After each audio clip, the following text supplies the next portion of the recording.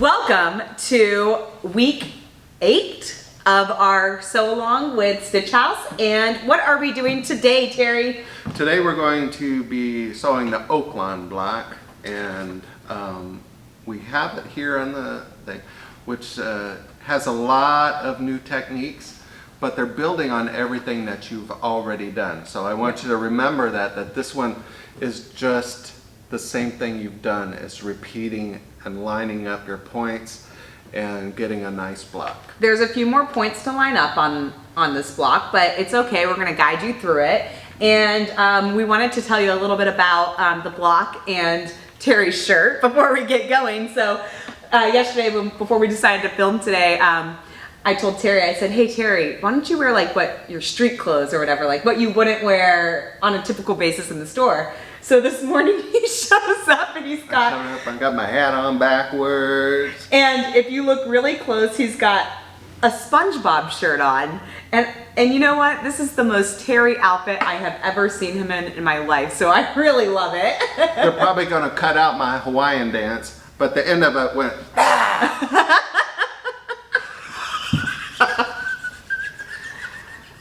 Welcome to our channel. Please subscribe. Right. So I'll tell you a little bit about Oaklawn and how we picked Oaklawn. When I first moved to Dallas, I was looking for a place to live in Dallas, and I didn't know like where would be like the cool place or the place that also wasn't $5,000 a month to live, or you know where that would be. So my little brother Jonathan actually lived in Oaklawn.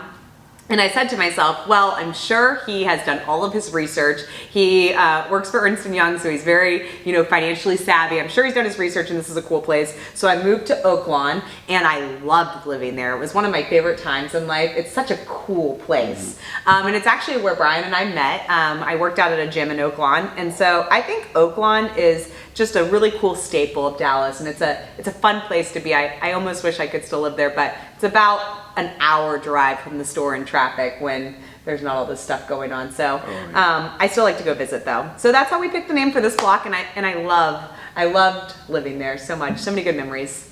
Yeah.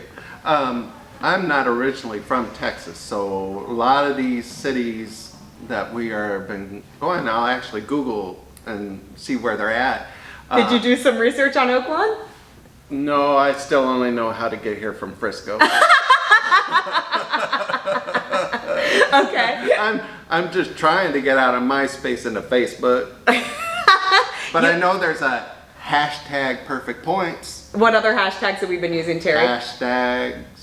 So along with Stitch House? So along with Stitch House. Perfect. So he's developing, and he's got his cool kid outfit on today, so we're going to have a fun video. I can do it like this if I want. We're going to have a fun video today. So stick with us, and we hope you enjoy sewing along with us today. Today we're doing the Oaklawn block, and it's going to be challenging but fun, right Terry? Yes, it is. So as you've seen in every video, we've kind of progressed from easier to harder, right? Yeah. And this one is not easy, but it's not super challenging where you can't do it. So we're gonna tell you about how we're gonna work in these units. So Terry, kind of give them the game plan for what you want to do first and how we're gonna work this through. Okay. Well, first off, these green parallelograms are different size. They're actually different directions. So it's important that you lay the block out first so you can see this straight situation right here. Once we've got it laid out, we'll sew the triangles onto the parallelogram to make a rectangle. And we'll do all 4 rectangles. In units. In units. And so each unit will be finished into a rectangle, and then we'll sew the half square triangles into their units. And then the cool thing is that we will make a 4-patch. Each of these squares will be sewn into a 4-patch, which will now equal the length of our rectangles. We'll sew the rectangles on, and then we'll sew this whole strip onto this rectangle strip down to this strip.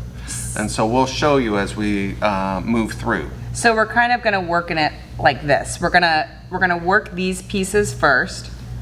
Okay, so we'll get them out of the way. And then after we do those pieces, you're gonna work the inside part of the block. And then after we work the inside of the block, we're gonna bring it all together. But we'll walk you through it as we go, right? Yes. So let's do it. All right, so what we're gonna do first, now that we've kind of separated out, Terry's just dying over here laughing. We tell jokes in between. So what we're gonna do first, now that we've kind of separated things out, is we're gonna start working with our first unit. So I'm gonna flip this piece over here, because this is gonna be the first one that Terry sews together. And once he sews this together, you see how, well, it'd be helpful if I lined it up nicely first, right, Terry? Yeah. What we're going to do after we sew this first piece together is we're going to iron it open, and then he's gonna sew the next triangle onto the other side of the parallelogram. I love that word, parallelogram. I tried to use it like a few videos ago and I was wrong, so Emily's like, no, trapezoid. We love Emily, we love Emily. So anyway. She keeps us honest. She does.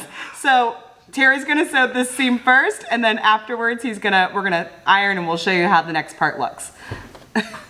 All right, so Terry's completed his first seam, and he loves this seam. We're sewing on the 880 today, 880. And he has kind of become addicted to it. So we're gonna actually press open the seam towards the green, so that when we put the block together, you don't see that color behind the white, right, Terry? Correct. So I'm going to go ahead and, do you want me to do it like this? Yeah. And then you can press one time from the front and it should be good. Look at it. Ooh, pretty. Okay, so now that's our first triangle sewn onto the parallelogram. So now I'm gonna place this back here just so I can kind of get my footings again, I guess. And then I'm gonna take my other half square triangle, and I'm gonna line it up for Terry, and we're going to sew it onto the other side of the parallelogram. So that's what's next. All right, so before I press this seam open, Terry wanted me to know, this is what a dog ear looks like. Tell us a little bit about a dog ear, Terry, in case you guys have missed it in the past videos. A dog ear is where the edge fabrics, the tips actually will extend out in the shape of a little dog ear sticking up. It's cute. Now, but annoying. Yes, especially, so that's why the Go Cutter is so nice, because it clipped off that dog ear right here, so you don't get all the bulk inside your seam. Because if we would have had just a regular half square triangle, you would have two dog ears. Now you only have one that you have to contend with, and we can just as easily clip that off later. Okay, so now what we're gonna do is I'm gonna do the same thing we did before, and I'm gonna make sure that my seam is going this way, right, Terry? Towards the green. Yes. So I'm gonna start from the back, and I'm going to press this way. And then, once I get it kind of pressed that way, I'm gonna press from the front, right? Yep. Am I doing this right, Terry? Yep. Do you have any tips for me? No, it's fine. The best thing, see how you're actually pressing. You don't want to stretch it, right? There's a difference. So if you're a garment sewer and you're now starting to quilt, we are used to taking the iron and pushing and ironing like this. This is the way I usually when I'm garment sewing.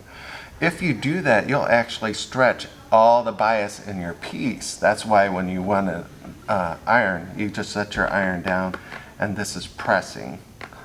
If you push the iron too much into there, you can actually extend that piece, and then you'll have a wonky shape. And we don't want that. Okay. No. So I'm resisting the urge to like pull this apart, right, Terry? Mm-hmm. Because if I do that, what's going to happen to my block? It's going to stretch and be kind of oblong, but once we get this square finished, we can line it up where there and see if we do actually have to change the shape of that. And do we have any like points that we have meeting on this block?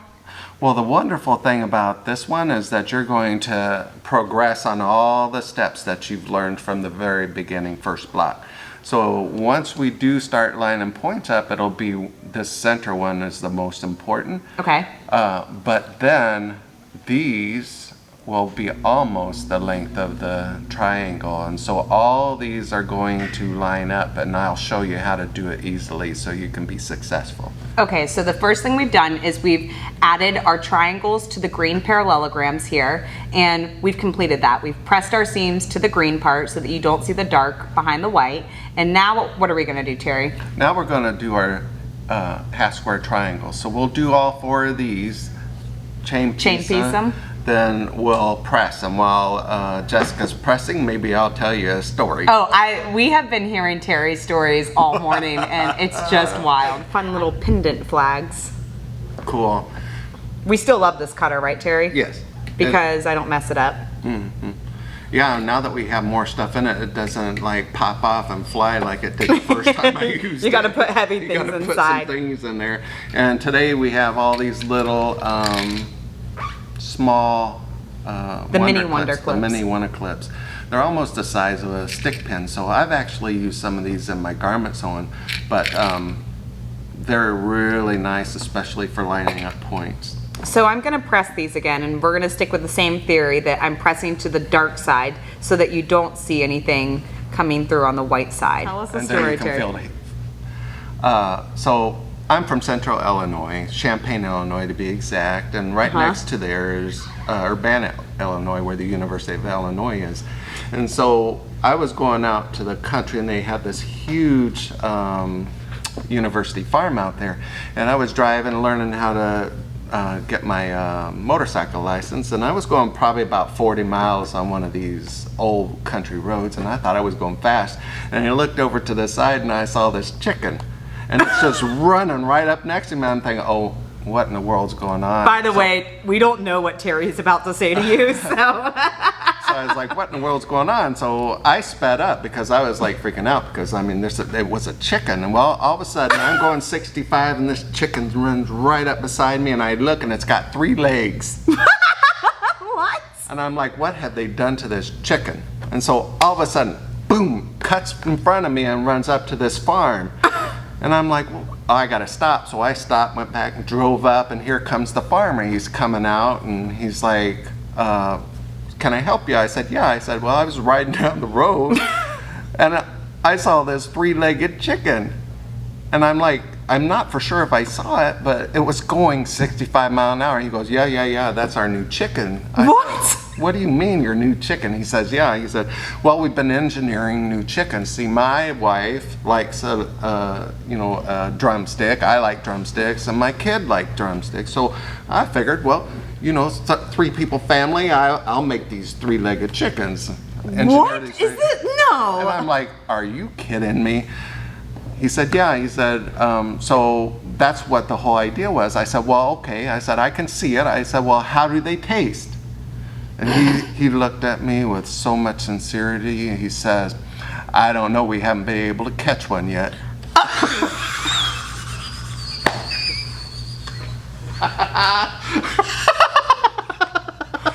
Wow. Terry, I am blown away by that story. Maybe I need to tell a Florida story next, since I'm from Florida, and see if I can top your 3-legged chicken story. Can you do it with a Tiger King story? I don't know, Terry. Only Terry. I don't even know where he gets this stuff from, you guys. Again, he didn't run that story by us first, so. All right, can you see what I've got going on? So this is important. Lay your blocks out. Oh, I see. Lay your blocks out so that you can really make sure that you have the colors correct. Unless you want to do your own thing, which is totally fine too. Maybe you want to have your golds kind of facing together and do something funky like that. I mean, who knows? Or all 4 of the golds in. Oh yeah, look at that. Make a square on the inside. Almost. There we go. There we go. That's fun. So there's lots of options. This is how we have our block laid out though. So we've got at the top of the block, we have the navy blue and then the gold, and then we have the white and the gold, and then we have the navy blue touching that one, and then we've got the gold flipped like this. So now what are we gonna do, Terry, once we have these kind of how we want them to go? Now we're at the point now we can sew a straight line across here to make our bottom row and our top row. Okay. And then the most important is to form this intersection. So we'll sew one of these to the top, one of these to the top, and we'll form 2 rectangles, and we'll start with that. Okay, perfect. So let's go for, you want to start with these first? Yep. Okay, so we'll go ahead and I'll flip these over for Terry and let him get these going. Okay, so we're going to, Terry, sewed on the squares onto this unit. So I'm just gonna kind of, once again, press here and just press on the back so I know that my seam is not stretched or anything like that. And there is that aspect. And now he's gonna sew on that square. All right, so in between this next part where Terry's sewing on, I wanted to show you guys this. So we were trying to kind of just work around not using the straight stitch plate because we didn't have it on the machine, and Terry is an expert piecer. But let me show you something I think that's really important for all quilters and why a straight stitch plate is a must-have no matter what model machine you have. They make a straight stitch plate for almost every single brand and every single model. So you don't have to own a top of the line Bernina or JANOME or Brother to get one of these, but it is really nice. So a straight stitch plate helps with a lot of things. When you start getting these little tiny corners and pieces together, one of the things that can happen is these feed dogs on the machine are really powerful. The feed dogs kind of bring your fabric through, and sometimes they're so powerful that it actually can chew up the corners that we're trying to get going when we start piecing. A straight stitch plate eliminates a lot of that. So what it does is, think of having like a large area where my fabric can go and it kind of sucks in underneath.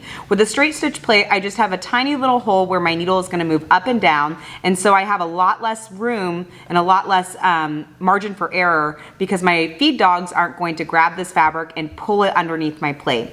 So you can see us not using the straight stitch plate here, and it started kind of chewing up some of that fabric down there. We're going to put the straight stitch plate on now because we're kind of getting to the point where we have all these seams that are going to start meeting, and we should have done it from the beginning, but I think it's kind of nice for you to see the difference between using a straight stitch plate and not using a straight stitch plate. I'll actually take this plate off really quick and show you what I'm talking about. So this is the standard plate that comes on the Bernina.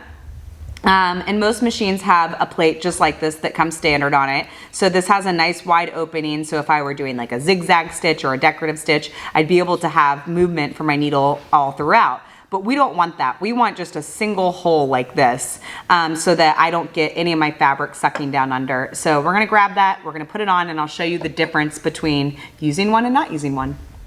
All right, so Terry has found the straight stitch plate. So this was the plate we were working with before that was just kind of chewing up those corners. So it's dead to us. Now we have, look at how small of an area we have to work with now. So my needle is gonna move up and down in just this position, and I'm not gonna be able to have my fabric kind of suck down in underneath there. So it's really nice. It also helps you get a better straight stitch too, because there's less, I know this sounds weird, but less room for your needle to move, and it's almost like people don't realize their needle does move depending on if they pull their fabric, right, or kind of how they're guiding their fabric through the machine, right, Terry? Yeah, and so on the back side, you'll always see a wonky stitch if you were a pusher or a puller. And by having a straight stitch plate, there's only one way for it to go, and it's right to the hook of the machine. And again, you don't have to own a Bernina to get a straight stitch plate. They make a straight stitch plate for just about any make and model machine, right, Terry? Yes. So definitely something I'd add to my sewing arsenal if I was a quilter.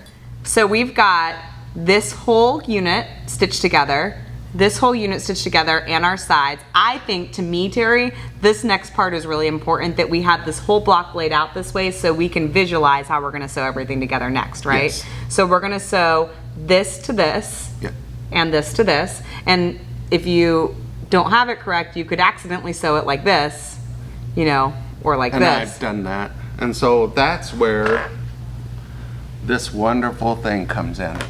I actually love this little seam ripper because I sew things wrong once in a while, but I can come here and just start, and then I can just cut, and it just cuts right apart. It's almost like a little razor blade. This is actually a really cool seam ripper from Kai that we like, that makes it really simple to kind of rip out. Again, this is your quilt block, so we're gonna leave the creativity up to you guys. As long as you like it, there's no rules with quilting. So you can sew it however you want, but if you want it to look like ours, then look at that. Look how quick that took.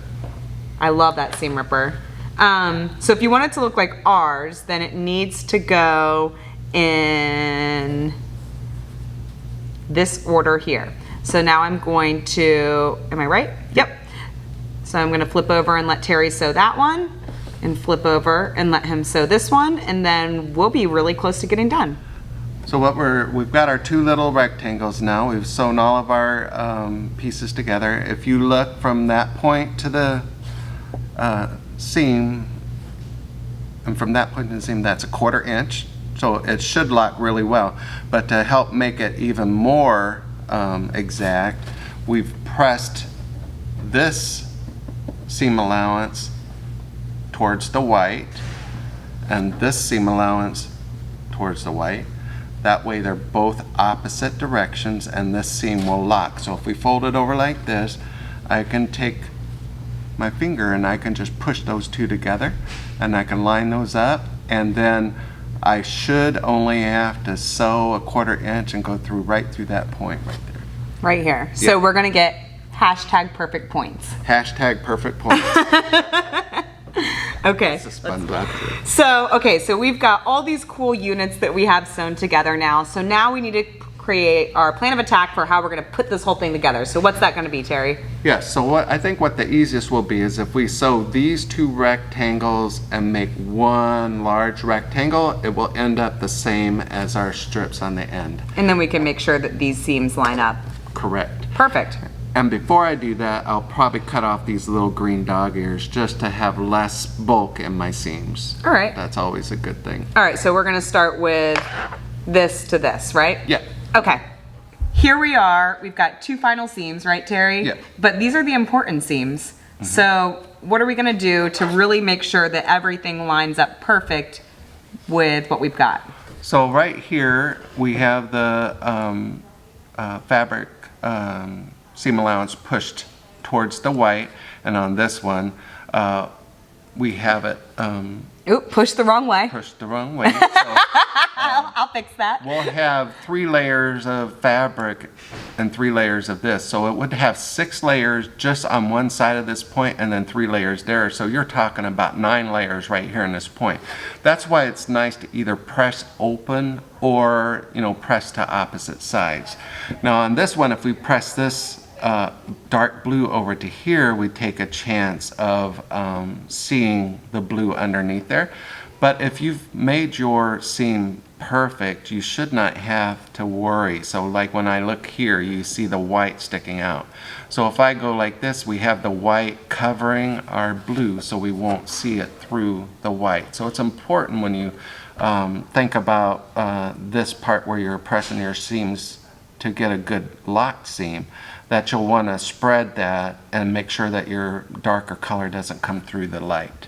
Okay, so I'm gonna fix this. So what I'm gonna do is I'm gonna flip it over and I'm gonna make sure that this is pressed this way, right? Yes. Okay, I'm gonna fix that for you. And then while she's doing that, notice that there's a 1/4 inch here, 1/4 inch, 1/4 inch, and we'll have a 1/4 inch here where this little dog ear is.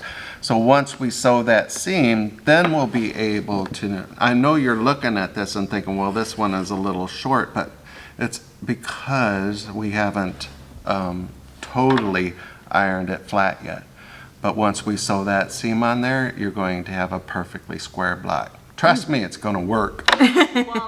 This was the block that we had done before, and this is the one that we sewed together with you. So you can see blocks can turn out different depending on, we also probably should have put our straight stitch plate on a lot earlier, which would have been a lot more helpful. But it's just patience. That's the cool thing about quilting, is you can kind of zone out when you're not listening to Brittany and I just laugh at all your jokes. You can zone out, you can do your thing, and then depending on how much time and patience you put into it, you can get perfect points, right? Yep. So I love, love, love this block. I really was really happy about that. Actually, this kind of reminds me of pizza, with the little pepperonis. Did you hear about that pizza joke? Oh, Lord. Oh, yeah, forget it. It was really cheesy. Okay, I have had so much fun with Terry. We've probably taken way too long to film this, but it's been fun, right, Terry? Yes, it has been. And we've completed our Oaklawn block, and there is one more block left, right? Yes. And we are going to do our most advanced techniques in that last block. That last one. And you're going to have a special sewer with you this time. Really? I believe it's going to be Brian Oh, Brian, you're Brian. gonna make Brian do the hardest block? with you. Oh! Did you? Oh, she's laughing. It might be me and Brian. If you want us to stay engaged, please stick along and follow for our next vlog. If you want to see Brian and Jessica sew together, leave a comment and let us know. Thumbs up, throw some hearts, throw some things. Subscribe and hit that little bell and ding-a-dingy, and every time we do a new post, you're going to get a notification. In fact, I just watched the other one last night. Our quilts are going to be wonderful. I will say, as we've been doing this so long, it's been so much fun because I have realized that everybody that works here at Stitch House has their own crazy, unique personality. And there's a reason that we all work together and it works. And it's because we all are nuts. So it's really fun. So hopefully you guys are enjoying our videos and you stay tuned for more. Thanks, guys.